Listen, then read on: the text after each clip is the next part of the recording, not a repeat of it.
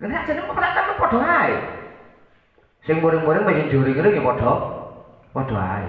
Apa sing njuri-njuri kok diarani padha ae? Iya, sebab sing njuri-njuri gak wani nglawan. Kalau wani nglawan lah kalau muring. Kan begitu kan? Nah sama kan sebenarnya. Itu namanya Islam. Jadi penuh dengan toleransi Islam itu. Jangan dianggap orang yang tidak Islam itu terus kabeh. Toh ibadah kita ini, nun sewu, ibadah kita ini juga dibantu oleh orang-orang di luar Islam. Iya Pak, lingkungan kita itu bukan orang lingkungan Islam semua. Yo akeh sing gak Islam. Tapi kita tetap diberikan kebebasan untuk beribadah. Ini kan berarti ya dibantu ya kan. Kamu poe sama Jumatan ngancani sama ibadah sama Jumatan. Lah aku ya tak nang gereja ngancani ibadahku nang gereja. Iya kan aku gak ganggu sampean ya ojo ganggu aku. Makanya Rasul itu membedakan orang kafir dua, siji kafir dhimmi, yang satu kafir harbi. Harbi itu kafir yang boleh dibunuh karena memusuhi Islam. Kafir dhimmi itu kafir yang tidak memusuhi Islam, yang harus dilindungi. Makanya ojo gampang-gampang ngebom.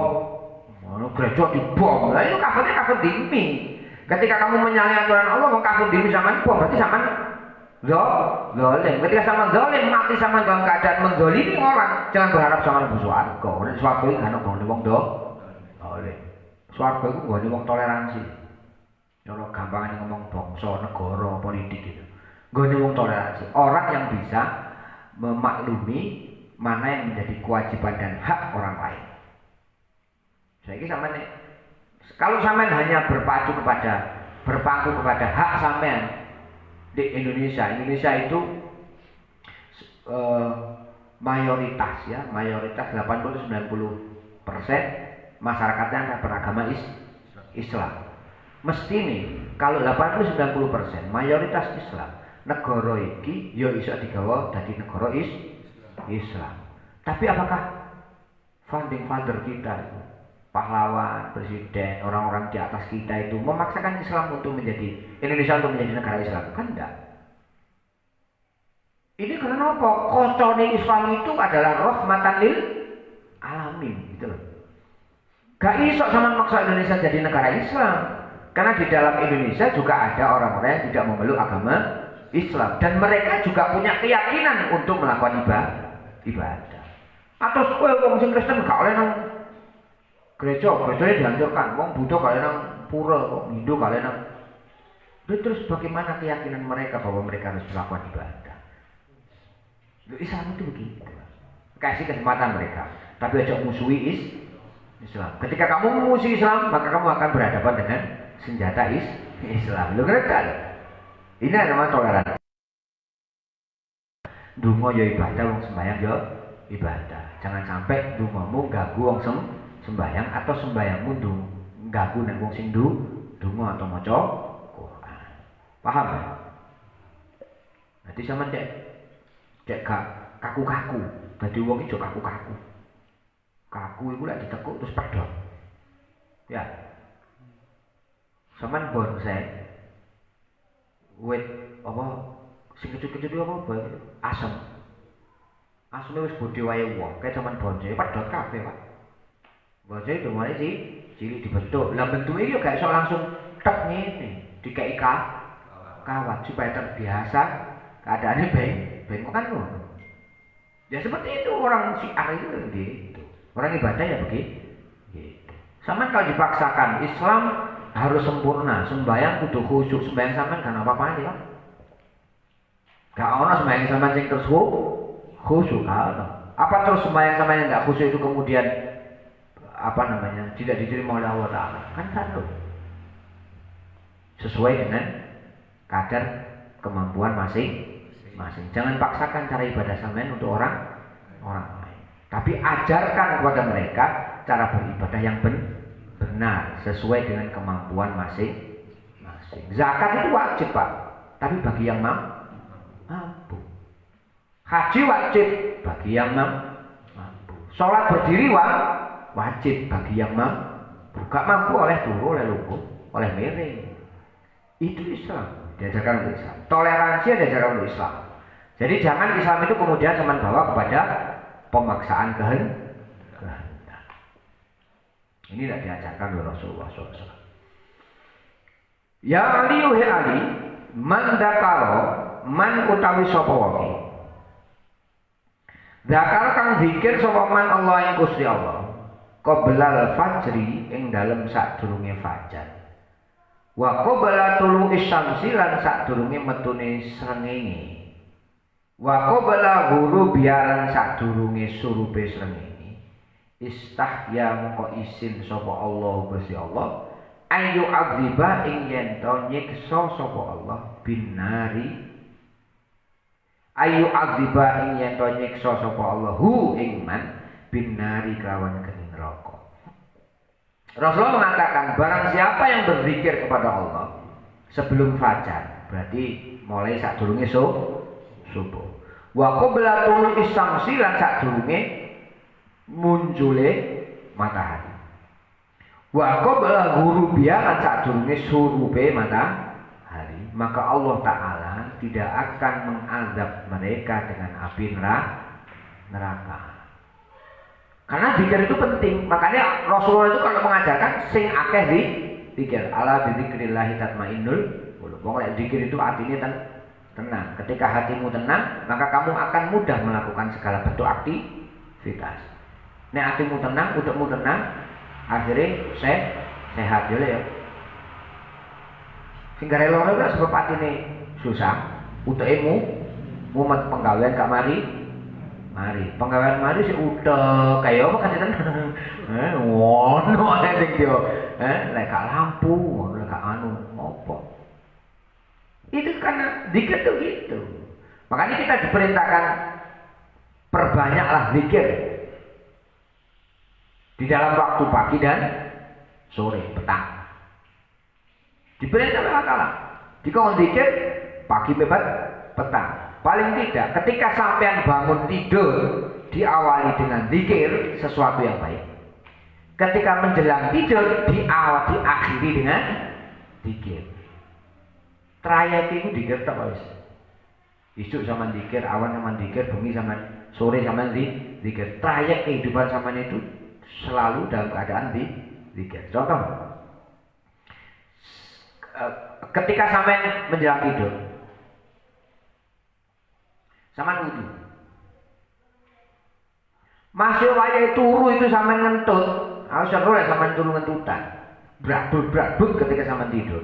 Dan tidur itu adalah membatalkan kepada wudu. Maka nilai tidur sampean yang sampean awali dengan wudu, maka nilainya adalah dalam keadaan suci sampai sampean bangun. Sampean turu jam 12, tangi jam 4, 12 siji loro telu petang jam. Kate turu sampean wudu. Hitungannya dalam 4 jam itu sampean masih dalam keadaan suci. Ketika bangun dari tidur baru namanya batal tidur, batal wudunya. Walaupun dalam tidur itu sampean ngentut sampean apa sampean gak eling.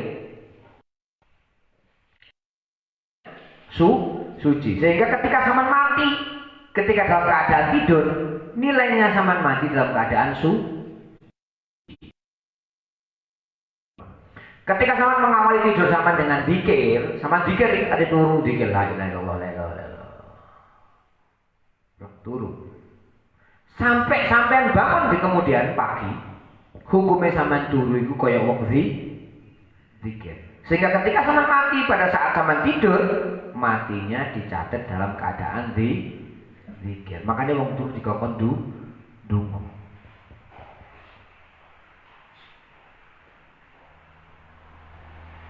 Gitu. Sehingga kenapa diajarkan dikongkon diperintah zikir terus itu. Kalau Nabi pertanyaan, ojo zikir terus pagi sampai petang kan enggak? Zikir terus pagi sampai ada jedahnya Rasulullah. Karena Rasulullah tahu golongannya apa sampai sampai mati kanjeng Nabi ini, lek dikongkon zikir tok kan nyambut gawe gak iso. Maka bagaimana caranya nyambut gawe sama niku bernilai zikir. Isu sadurunge subuh sampean wis zikir. Sampai engko sampai meletek srenge. Zikir lho. Lak guru berangkat nyambut gawe ae. Meletek srenge kan kira-kira jam 6. utawa setengah 6 lah. Berarti setengah 6. Sehingga sampean zikir, sholat, ngaji mulai jam 4 sampai setengah 6, 1 jam setengah. Mari ngono sampean nyambut gawe Pak, sampai sore kan. Makanya bahasanya Kanjeng Nabi qabla ghurubiha. Sadurunge lengsere srengenge. Sadurunge surupe srengenge. Nyambut gawe sampean sak mono. Ya, mulai esuk sampai jam 5 surupe srengenge. Kenapa Rasulullah mengajarkan ini? Aktivitas dengan zikir, aktivitas kita dengan zikir. Lah bengi, mari maghrib bisa sampai turun mana lakukan ibadah-ibadah yang lain. Maka kehidupan sampean ini diisi ibadah. Rasulullah kan benar ndukira sepanjang hari. Kan. Supaya apa? Ya membiasakan kita untuk zikir. Dibiasakan dhisik, zikir itu membiasakan diri untuk zikir dulu. Ojo langsung digeber, dipaksa, ndak iso. Kecuali sampean mulai lahir wis kebiasaan zikir. Saya mulai lahir kebiasaan poso. Imam Syafi'i, Imam Ghazali yang lahir langsung poso. Karena lahirnya dalam keadaan puasa, dia nggak mau nyusu kalau siang hari, nggak gelap nyusu siang hari. Padahal bayi. Nah, sama sing wis gawe di jonggrang ini awan yang kudu ngombe. Ya, kudu mokel. Iku bayi karena wong itu kebiasaan semuanya jadi mudah. Oke, makanya ibadah itu ya sesuai dengan kebiasaan. Makanya wong mati itu juga sesuai dengan kebiasaan. Orang mati itu biasa ngelakoni elek, mati ini ya kadang elek. Biasa ngelakoni apik, mati ini ya apik. Wong mati itu sesuai dengan apa yang biasa dia lakukan. Nek biasa ngelakoni apik ya mati ini apik. Makanya hidup itu banyak mengatakan hidup itu nulis cerita. Ceritanya apik ini akhirnya juga apik. Ceritanya elek uripe ya elek. Nah itu ajaran Rasul itu seperti itu. Sehingga jangan pernah kemudian memaksakan sesuatu yang menyedihkan. Dari ibadah itu step by step. Merangkak. Gak langsung del. Cara wong ngene, nek sampean gak anake kiai aja langsung kepengin dadi kiai. Dipaksa iki gak iso. Mestine kudu step by step, latihan sik dadi kiai. Ustaz, ya. Mari dadi ustaz, marung mundak meni anake, putune dadi gus. Meni sujune dadi cicite dadi kiai. Lah gitu lah. Umpamane ibadah itu step by stepnya itu begitu. Gak ada yang dipaksakan bisa. Ya, karena apa? Karena ya dengan kemampuan manusia itu yang terbatas. Ya, sehingga ibadah kita itu harus toleran. Step by step seperti yang diajarkan oleh Rasulullah. Ya, tidak zikir yo, sama kayak mungkin Rasulullah sudah mengerti nih, tapi ataupun sampean iki nek ngerjakno siji gak iso mbek bersertaan dengan yang lain. Sama nek wae nyambut gawe juga mbek zikir, nyambut gawe ini malah rusak, misalnya begitu. Ya ojo nyambut gawe zikir, nyambut gawe sampean itu juga tanggung jawab kepada Allah. Di samping tanggung jawab sampean nyambut gawe sampean itu tanggung jawab kepada juragan, juga tanggung jawab amanah kepada Allah Subhanahu wa taala. Jadi, ya kudu dibedakno, di nyambut gawe di zikir. Oh cuma nyambut gawe di zikir, nyambut gawe tinggal zikir, ya terbengkalai. Artinya tanggung jawab sampean kepada manusia. Orang manusia itu kan Allah Ta'ala kan Rasulullah mengajarkan hablum minan hablum Allah. Tanggung jawab menungso nang menungso, tanggung jawab menungso dengan Allah. Tanggung jawab menungso nang menungso ketika sampean bisa memegang sebuah amanah dengan baik, sesuai dengan amanah yang disampaikan ke sampeyan, yang dipegang dengan sampeyan, maka itu bentuk ibadah. Ketika sampean bisa memegang amanah menjadi manusia diciptakan oleh Allah Ta'ala untuk ibadah. Manusia kan wa ma khalaqtu jinna wal insa illa liya'budun. Ini amanah menungso ning Allah kudu ibadah. Ojo sampai ninggal ibadah. Amanah menungso dengan menungso yaitu memegang amanah melakukan sesuatu yang baik sesuai dengan perjanjian. Itu ya ibadah. Itu ibadah. Apa yang menjadi tanggung jawab sampean kepada manusia itu juga merupakan sebuah bentuk ibadah. Perintah Allah. Nek wong iki kudu tanggung tanggung jawab. Sama gowo ya kudu ngerapi kok jadi gowo-gowo ndak rapi. Iku jenenge gak tanggung. Aja sampai dipaksohan ansi. Bojo ansi ya ayah HP gimana. Ngene wong saiki kan kuali ya. Nek wong biyen-biyen orang dulu. Nek orang dulu itu kan napa rakyat kali yuga kula ngene. Menika rakyat kali yuga kula. Tapi lek wong saiki kan enggak. Anak bojo. Sama nyambut gawe ke sapa? Yo ke anak bojo. Anak terus bojo. Makane wong akeh saiki rabi iku mana dhisik baru Saya dhisik anak bojo. Berarti meteng dhisik terus rabi wong biyen kan enggak. Wong biyen kan bojo rakyat yu kali yuga. Dadi rabi dhisik terus duwe anak, gak terus anak dhisik terus di sini yuga kali anak bojo. Ya itu intermezzo ae, Pak semua gitu. Itu kan apa jenis guyon. Ya, jadi Allah Taala tidak akan mengazab dengan api neraka bagi mereka siapa yang mau berzikir kepada Allah qoblal fajri wa qoblat tulu'i syamsi wa qoblal ghurubiha. Saat durunge muncule srengenge. Makanya wong itu ibadah ketika munculnya matahari itu tidak boleh. Ya, sampean sholat ba'da subuh, tulu'i syamsi, munculnya srengenge haram. Sebabnya, lewat sebabnya nggak apa, sholat mayit, ya, atau sholat hari raya, tidak masalah. Atau sholat tahiyatul masjid, nggak apa, ono sebabnya. Tapi karena sebabnya, nomor sampean sholat tidak boleh. Ketika munculnya matahari, ketika istiwa matahari berada di tengah di atas kepala kita, kecuali hari Jumat. Terus ketika matahari lingsiri matahari itu kan juga tidak boleh sholat. Kalau sholatnya tanpa sebab, makanya ba'dal asar tidak ada, haram. Ba'dal subuh haram, ba'dal asar haram untuk melakukan sholat.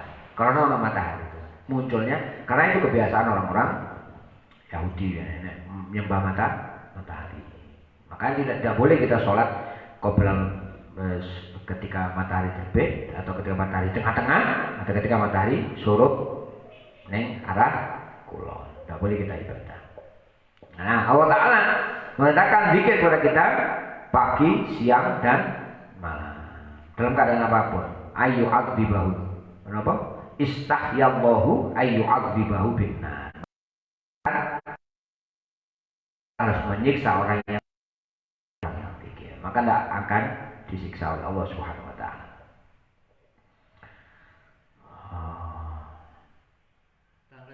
Oke, monggo.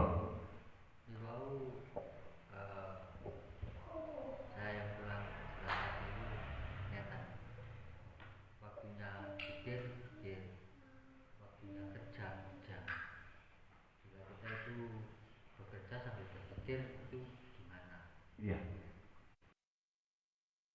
Kerja, sehingga kita tahu situasi dan kondisi di mana kita harus beribadah. Zikir,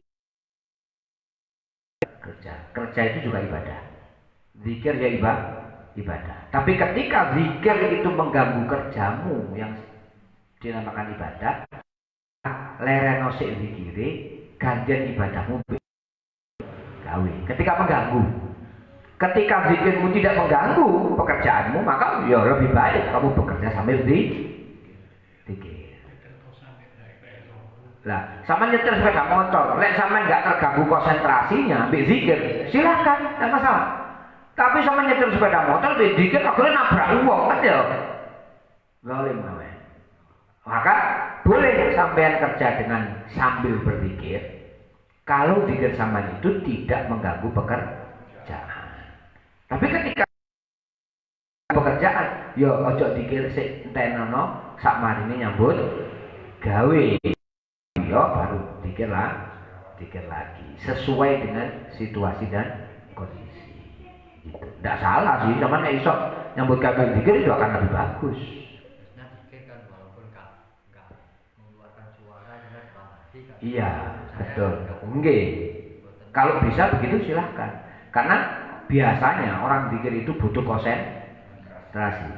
Karena ati ambek tangan, ambek mripat, ambek kuping, ambek lambe, pokoknya nyambut gawe bareng itu kan susah biasanya. Kalau tidak terbiasa. Kalau terbiasa ya enteng, bisa. Tapi kalau tidak terbiasa kan tidak iso. Sehingga kita harus ngalahno salah siji. Nek wayahe sampean waktu ini zikir, ya nyambut gawe ini leren sih. Waktu ketika sampean kerja, zikire leren sih. Ojo sampai kerjane sampean ganggu zikir sampean ganggu nyambut gawe. Sama-sama butuh. Nyambut gawe untuk kehidupan ibadah kita di dunia, zikir untuk kehidupan kita di akhirat. Sama-sama punya peran. Nek iso, nek gak iso, nek iso ya bareng, nek gak iso ya siji dawa dhewe gitu. Oke. Ada yang lain? Kula wis. Bab toleransi wau. Contoh kasus yang terjadi niku wonten wanita non muslim yang memprotes adzan terlalu keras, akhirnya tadi wanita itu sampai di penjara, tapi yang lain yang sampai merusak-rusak wihara pura itu malah itu iya menurut jenengan terus pundi? Ya, tadi namanya toleransi itu adalah memberikan waktu, tempat orang lain untuk melakukan apa yang menjadi keyakinan dalam kebenarannya masing-masing.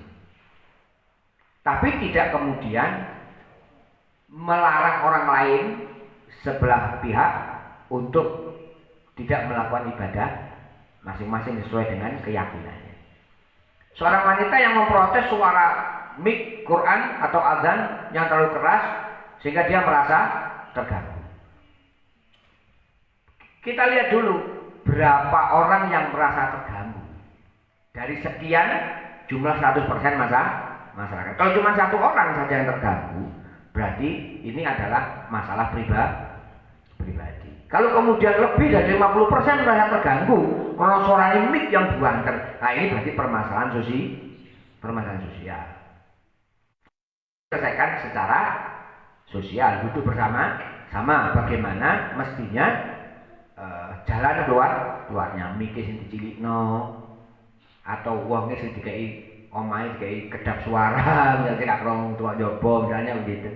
Ada solusi. Nah, kemudian yang dilarang oleh Rasulullah itu ketika apa? Ya ketika antara satu dengan yang lain orang ikhtilaf itu rahmat. Perbedaan itu adalah rahmat. Sehingga rahmatnya apa dari perbedaan itu? Ada solusi tengah-tengah sehingga menjalin kehidupan yang baik antara satu orang dengan orang yang lain. Nah, ini mestinya penyelesaian solusi. Maka sing protes gak salah katanya protes. Protes itu tidak salah.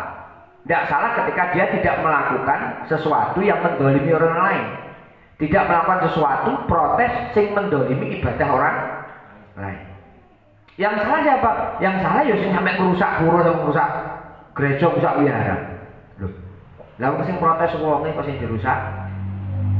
Gerejane kan gitu kan keliru. Bagaimana kalau kemudian situasinya dibalik? Wong Islam misalnya, orang Islam memprotes wong Kristen. Misalnya begitu, atau non muslim. Akhirnya masjidnya sing dijol. Loro ati gak sampean dadi wong Islam. Sedangkan sampean tidak mampu melakukan upaya. Kan loro ati, terdolimi. Yang kita lakukan ketika kita sampai merusak-rusak itu, akhirnya kan mendolimi orang lain. Apapun yang dibenarkan oleh Rasulullah, tidak begitu caranya. Duduk bersama, mencari solusi, sehingga antar satu dengan pihak tidak merasa terdolimi. Ngaji kan ibadahku, azan ya ibadahku. Kata orang yang non muslim, nah aku di omah ya ibadah. Ketika saya beribadah dengan cara saya butuh tenang. Jadi nek krungu sing banter-banter ngono yo, aku ibadahku gak khusyuk. Sehingga harus carikan solusi yo. Suaranya dicilik, no didik atau waktunya dibatas. Habis jam 10 aja ngaji, kalau jam 10 muka wayang istirahat misalnya begitu. Ya mestinya ada solusi. Nek sampai begitu, ya berarti dolim. Siapa yang dolim? Ya wong sing rusak. Nah, mau menyampaikan pendapat itu kan tidak salah. Kalau mungkin pendapat saya nggak diterima ya sudah, kan begitu karpe. Lah penjelasan diterima, solusinya seperti apa? Mestinya kan ngono. Solusinya seperti apa? Ternyata tidak ada solusi, malah wong di penjara, tempat ibadahnya dirusak. Ini namanya zalim. Dan Islam tidak mengajarkan itu. Tidak begitu cara Rasulullah mengatasi orang-orang kafir, orang-orang Nasrani, orang-orang Yahudi. Tidak begitu caranya Rasulullah. Berikan mereka kesempatan. Tapi ketika mengikuti aturan. Sehingga itu termasuk namanya zalim. Sampai merusak tempat ibadah orang lain. Ya, Islam itu memang Islam adalah agama yang paling benar. Tapi tidak dibenarkan juga ketika Islam itu merusak kepentingan orang lain. Ojo ngerasa bener tok terus akarepe dhewe, itu kan salah. Aku bener itu sakarepku. Benar, ketika orang lain menganggap ada sesuatu yang maksud sama ya apa? Maksudku ini maksud sama ya apa? Nah, mestinya begitu, ada dia apa cek wedi cek ana sing pro ana sing protes. Nah, itu bukan cara Islam. Itu bukan Islam yang rahmatan lil alamin. Islam rahmatan lil alamin itu ketika melindungi hak dan kewajiban orang lain dengan tanpa meninggalkan hukum syariat. Ya Qur'an, ya hadis, ya ijma', ya kiasnya, itu semuanya harus diperhatikan. Sehingga jadikan Islam ini yang betul-betul rahmatan lil alamin, melindungi siapapun, melindungi hak dan kewajiban orang lain. Kalau menurut saya begitu. Ya, tapi saya tidak tahu apa kemudian yang terjadi setelah itu ya. Ya, tapi kalau menurut saya merusak itu ya itu bukan budaya Islam. Saya kira itu barangkali ada provokatornya yang memicu kepada benturan, supaya benturan ini wong Islam ambek non Islam so benturan. Sakjane wong Islam gak kepengin ngejur, tapi ono sing ngobongi supaya gelem ngejur tempat ibadah agama lain, sehingga ketika orang Islam reaksinya keras, kemudian akan dipicu reaksi yang keras juga dari agama yang lain, akhirnya perang agama. Kalau agama di Indonesia yang ayem, tentrem, enak, sama-sama menghormati satu sama yang lain ini kemudian pecah perang, maka negara pun akan hancur. Nek negaranya hancur kan gampang dikuasai oleh orang lain. Makanya jangan mudah terprovokasi dengan suara-suara orang lain yang provokasi itu ingin menghancurkan orang lain. Sama kayak diketame. Jane aku kepengin rono, gak wani, aku tak nggawa sampe di karepku, engko sing kena sampean aku. Jadi digawe tame. Jadi masa sekarang memang kita tidak boleh lepas dari berpikir. Makanya orang Islam itu alam yaklam, wong Islam ini kudu mikir. Karena orang Islam kalau tidak berpikir, pokoknya dar rusak Islamnya. Sampai nggak apa-apa bolehnya akeh. Islami yang kemudian namanya jadi rusak. Nah, itu yang dipergunakan oleh orang-orang di luar Islam untuk menghancurkan agama. Sama delok lah, negara-negara luar itu, negara-negara apa namanya Arab itu. Golongan Iran, Turki segala macam itu. Negaranya hancur karena apa? Karena perang antar suku, karena perang antar keyakinan, karena perang antara sekte, akhirnya rusak. Itu karena apa? Karena tidak ada toleran, tidak ada hubungan yang baik antara agama dan negara. Makanya Gus Dur dulu pernah menyampaikan bahwa agama dan negara ini punya hubungan baik. Kayak Pancasila itu Pak. Pancasila itu kan mencerminkan agama kita, tapi juga tidak meninggalkan kebangsaan. Yang dimana di dalam negara kita ini banyak orang non Muslim juga, sehingga di situ ditulis sila pertama ketuhanan yang maha. Itu satu menit kan mesti Islam. Maha Esa itu kan berarti satu. Loh, terus kalau kemudian ada orang yang mengatakan Pancasila itu tauhid, tauhidnya di mana? Gitu. Nun sewu. Islam itu kan ahad. Katakanlah bahwa Allah itu satu. Satu itu bahasa Indonesianya ya esa itu. Bahasa Sanskertanya ya. Esa itu adalah satu. Kalau kemudian Qul huwallahu ahad, Tuhan itu satu, berarti itu termasuk potensi Islam. Tapi Pancasila itu juga tidak meninggalkan kebangsaan, ketuhanan yang Esa. Dua, kemanusiaan yang adil dan beradab.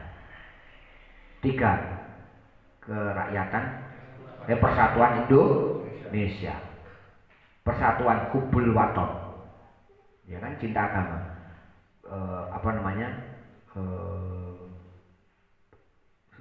saling menghormati pada orang lain. Empat, kerakyatan yang dipimpin oleh hikmat kebijaksanaan dalam permusyawaratan perwakilan. Ono opo-opo omongno musyawarah supaya ada yang tidak saling menyakiti satu dengan yang lain. Lima, keadilan sosial bagi seluruh rakyat seluruh rakyat, berarti seluruh rakyat Indonesia itu punya hak untuk melakukan ibadah, punya hak untuk menyampaikan pendapat. Jangan kemudian menyampaikan pendapat itu jadi salah. Orang kalau menyampaikan pendapat kok nggak menurut aku pateni, ya ini namanya tidak punya toleransi. Kira-kira itu. Jadi Pancasila itu bukan toh. Pancasila itu sudah mencerminkan Islam yang rahmatan lil alamin. Cuman sing ngomong Pancasila tauhid itu kan karena nggak paham Pancasila aja. Dalam?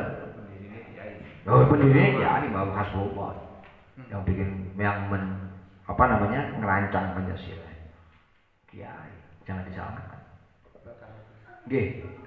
Napa wonten salat sing setelah munculnya matahari, menyambut setelah munculnya matahari. Salat yang tidak boleh itu ketika tulu isamsi. Ketika munculnya matahari itu haram. Boleh melakukan sholat ketika setelah matahari terbit, kemudian kira-kira 1 tombak tinggi di atas, baru boleh melakukan sholat. Ketika munculnya matahari, orang boleh sholat, boleh, asalkan sholat itu bisa ma'asabab, ada sebabnya. Kalau tanpa sebab nggak boleh. Kok teman saya di Bunda itu dulu kok sholatnya itu setelah matahari muncul sholat itu, sholat menyambut datangnya matahari. Barangkali kodok, nggak boleh, haram. Istiqo nopo namanya. Sholat, ini sholat apa namanya? Bukan, tulu isamsi itu loh, apa namanya? Masih tahu dia lupa. Sholat tulu isamsi itu. Ya, itu setelah matahari terbit. Sholat fajar. Fajar kan subuh. Oke. Namun matahari kira-kira setengah jengkal gitu ya. Oh iya, iya benar. Gitu loh. Ya. Itu ada sholat. Artinya sholat itu dilakukan setelah munculnya matahari, setelahnya, tidak pas munculnya matahari. Karena pas munculnya matahari tidak boleh. Kalau setelah matahari itu barengan dengan sholat duha, boleh. Apa jenenge sholat apa? Sholat tulu isamsi itu apa? Ada sunnah itu. Ya, boleh.